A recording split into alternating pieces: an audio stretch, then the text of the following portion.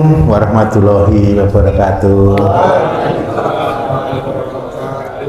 Bagaimana kabarnya teman-teman? Baik. Sebelum saudara ke pertanyaan, saya akan merangkum dulu apa yang sudah kita lakukan selama 5 hari ya di tempat ini. Jadi saudara, yang kemarin kita lakukan dari awal, kita sudah mengajarkan tentang pupuk ya.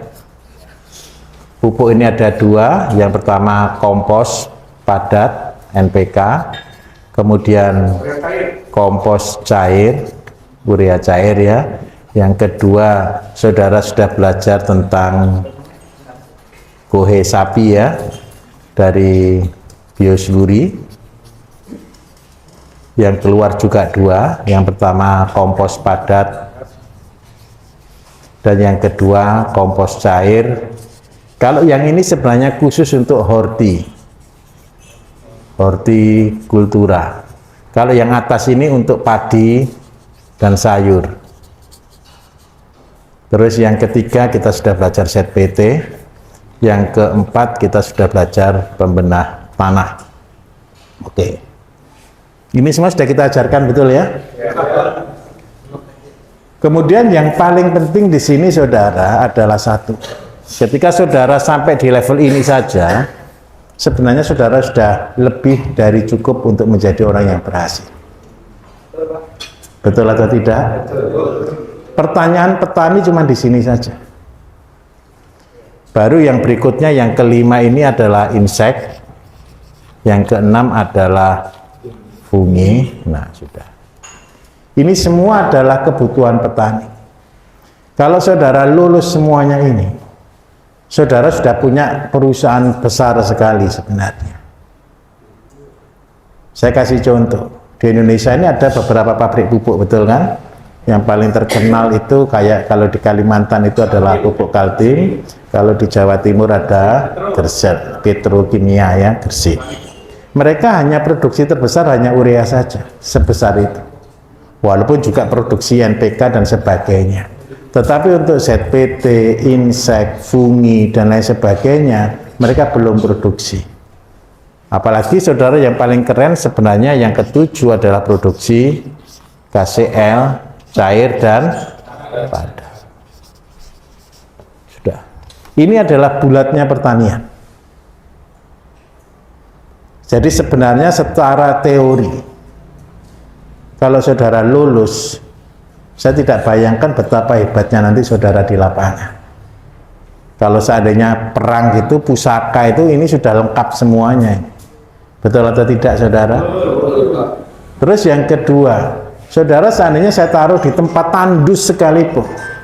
Kemarin kan saudara sudah buktikan sendiri kan di lahan yang paling tandus, yang kalau dicangkul bunyinya bukan crok tapi celing, betul kan?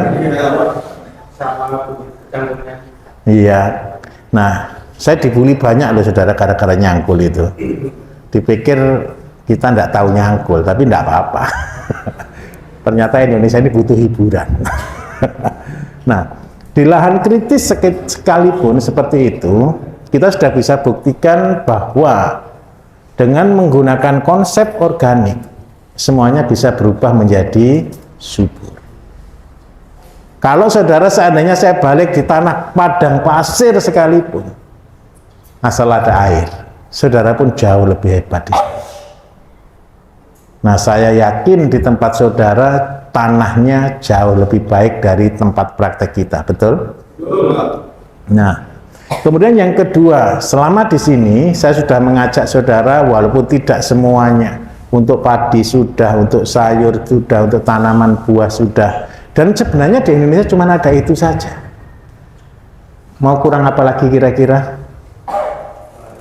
Sudah tidak ada kan? Semua sudah lengkap semuanya kan?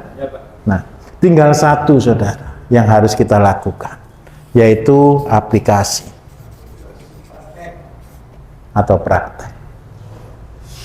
Semua ini, ilmu nomor 1 sampai nomor 7, pupuk yang saudara buat, ini akan nilainya jadi 0 besar. Ketika saudara tidak punya aplikasi dan tidak punya kebun percobaan.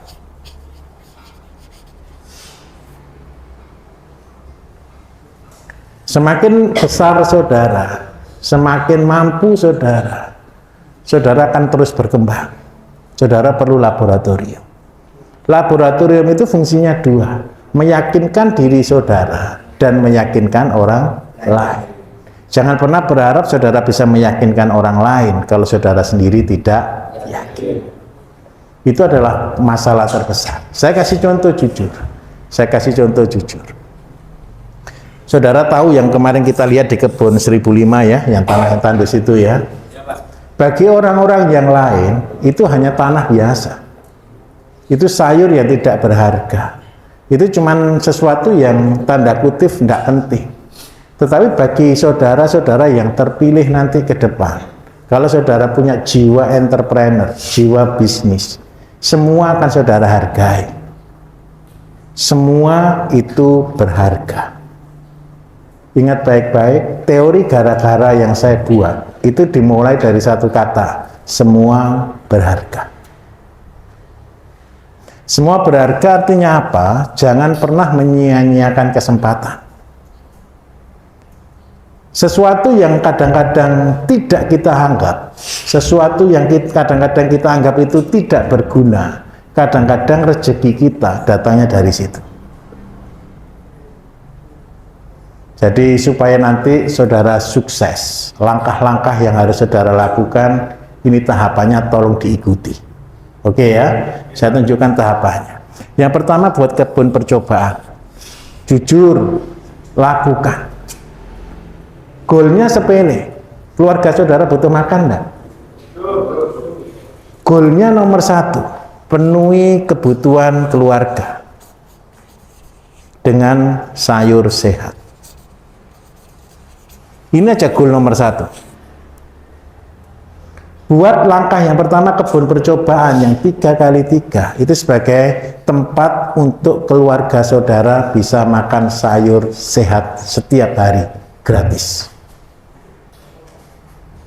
Terus yang kedua, saya minta tolong betul, langkah yang kedua kemarin ya sudah saya sampaikan, saudara harus punya gaji.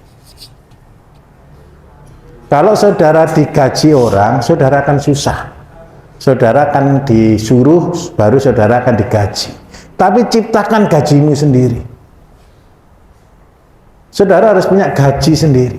Gaji sini bukan saudara punya tanah hektaran, saudara tanam bawang, bawang putih, tanam kopi, tanam semuanya, bukan itu. Itu belum pasti semuanya. Kenapa saya katakan belum pasti semuanya? Saya minta tolong. Ini bagi Sumbawa, sudah tanam bawang, tahu-tahu ada hujan 3 hari. Bagaimana kira-kira yang terjadi? Habis. Betul kan? Nah, itu belum pasti. Yang pasti itu di mana? Di penghasilan harian. Saya minta tolong 500 meter lah saudara carikan tanah yang dekat dengan rumah, yang aman. Karena apa? Ini yang bisa menggaji saudara. Banyak orang saudara selalu berpikir tanah terlalu kecil, untuk apa dikerjakan. Terus yang kedua, pasar tidak ada. Bagaimana kita bisa menjual? Semua dimulai dari nol. Siapa yang pernah waktu lahir dulu langsung pakai baju, langsung pinter gitu, ada enggak? Tidak ada. Boleh Pak.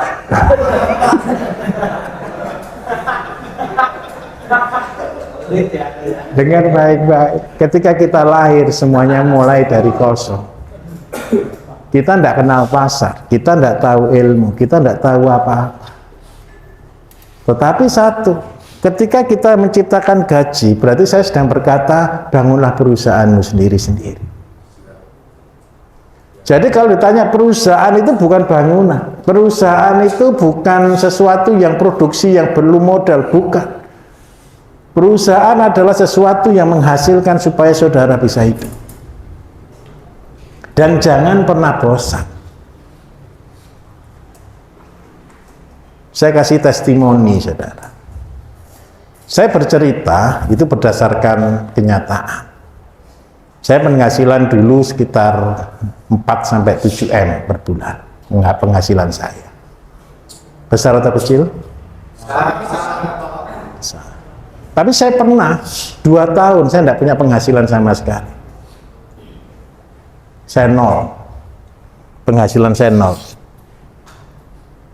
Kalau menurut saudara dari penghasilan 4M ke 0 kira-kira stres enggak?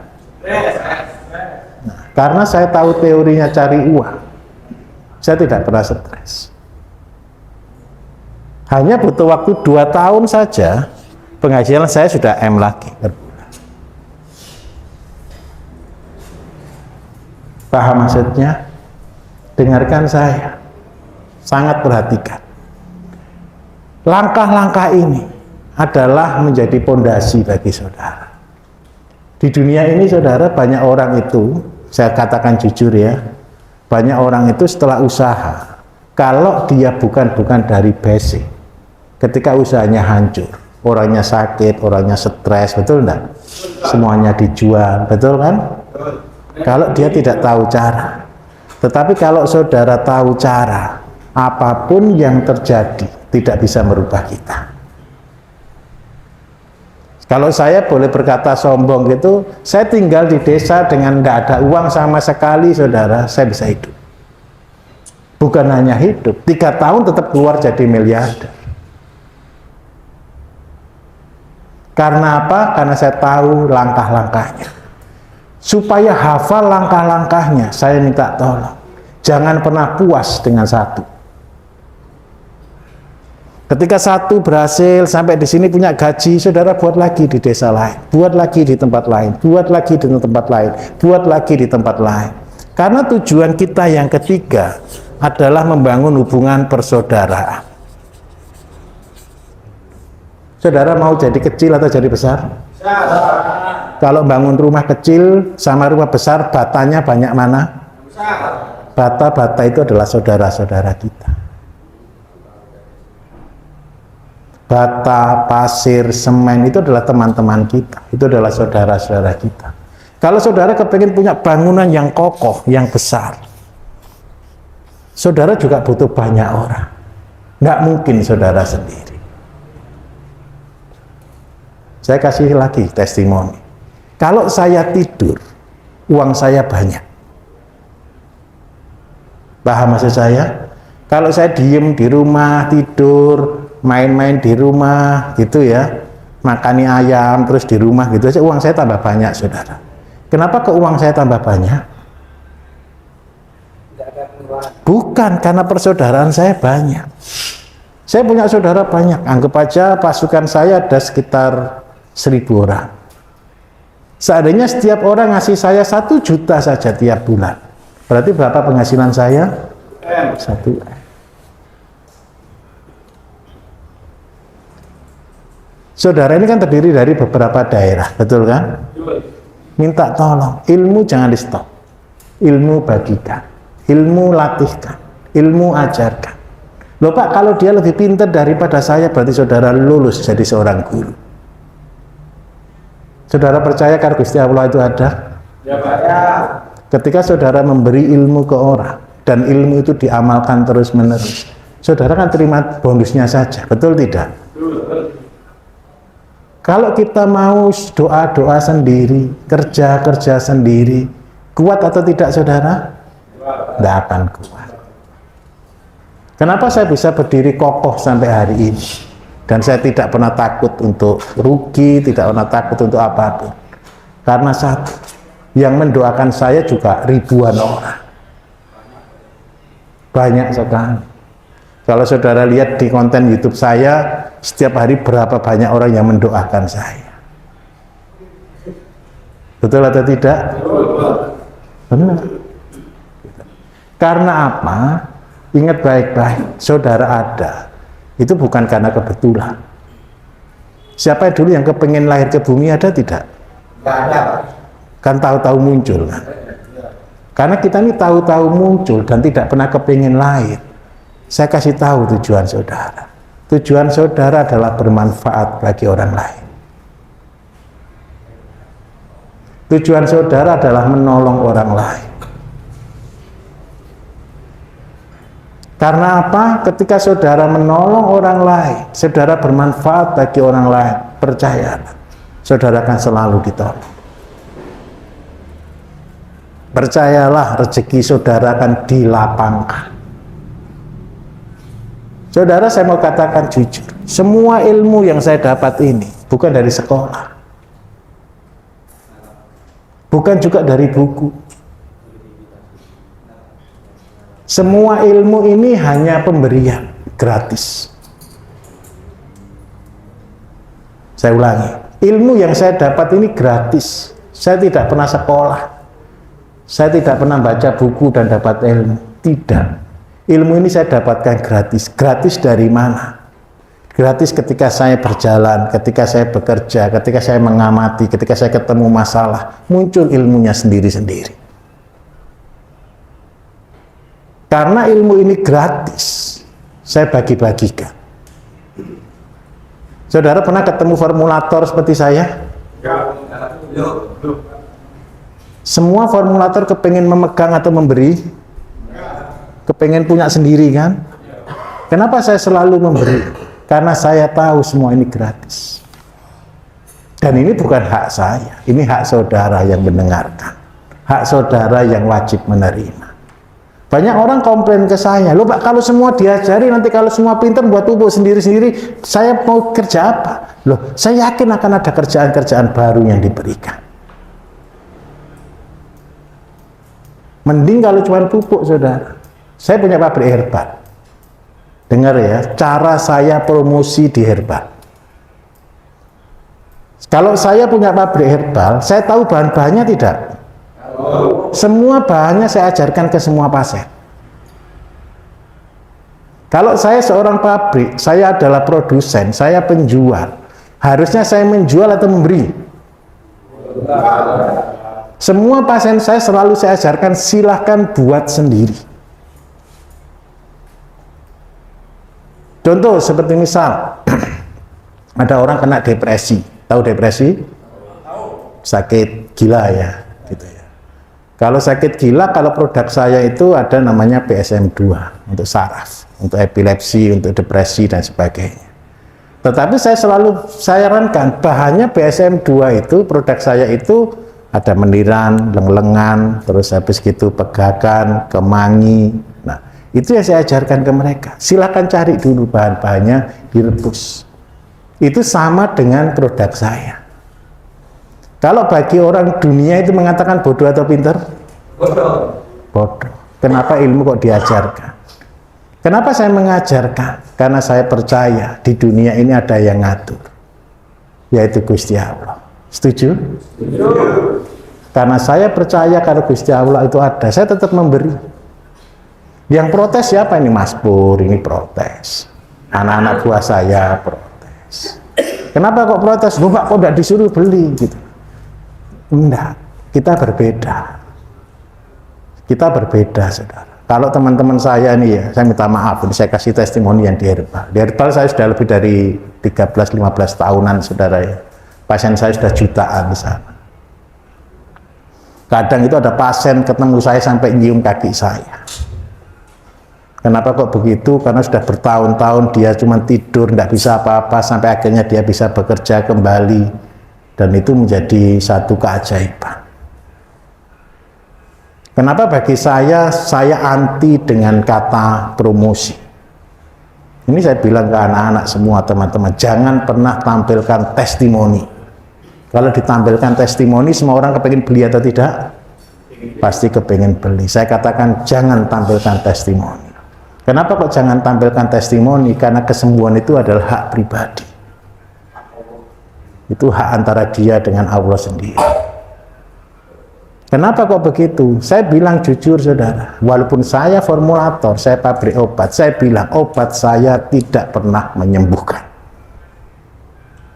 Yang menyembuhkan itu bukan obat saya menyembuhkan itu cuma bantu 2% saja. Hanya 2% saja. Yang menyembuhkan siapa? Dia dengan Allah sendiri.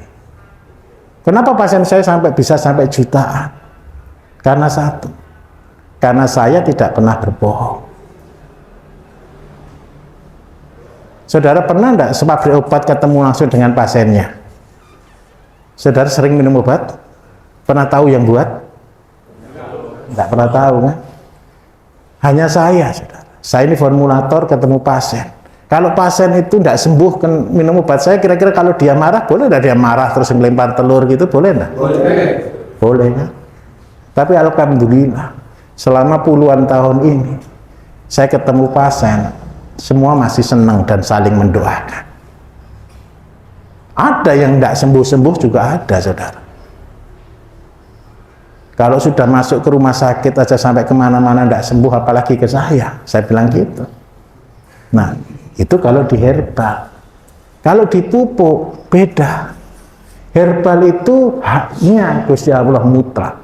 Tapi di pupuk, ini hak saudara. Saudara boleh promosi. Saudara boleh cerita. Karena apa? Pupuk ini adalah nutrisi. Setuju? Pupuk ini adalah ilmu katon, ilmu bumi, ilmu yang kelihatan. Satu yang tidak boleh saudara ceritakan dan menjadi promosi, jangan bercerita tentang rezeki. Karena rezeki itu caranya sama, obatnya sama, tanahnya sama, pupuknya sama, rezekinya beda. Setuju atau tidak? Setuju. Jadi kalau yang bukan hak kita, jangan dipaksakan.